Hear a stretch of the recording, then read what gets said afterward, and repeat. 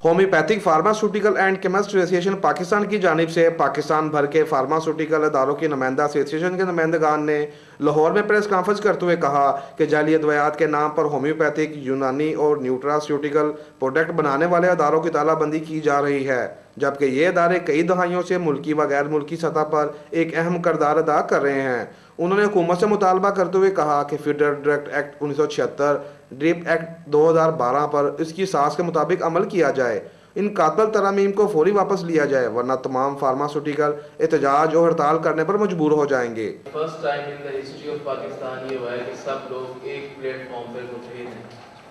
आज यहाँ पर आपको बैठे हुए जो नज़र आ रहे हैं उसमें हमारे रिटेलर भाई भी हैं, उसमें हमारे होलसेलर भाई भी हैं, उसके अंदर हमारे चेन फार्मेसी वाले दोस्त भी हैं, उसमें डिस्ट्रीब्यूटर्स भी हैं, मैन्युफैक्चरर भी हैं, फार्मा के मैन्युफैक्चरर भी हैं, होम्योपैथी के मैन्युफैक्चरर भी हैं, न्यूट्रास्यूटिकल के मैन्युफैक्चरर भी हैं, हर्बल के मैन्युफैक्चरर भी हैं, ऑल्टरनेटिव मेडिसिन के मैन्युफैक्चरर भी हैं। कैमरामैन मोहम्मद फैसल के साथ राना शहजाद अल्ताफ, पाक न्यूज़ लाहौर।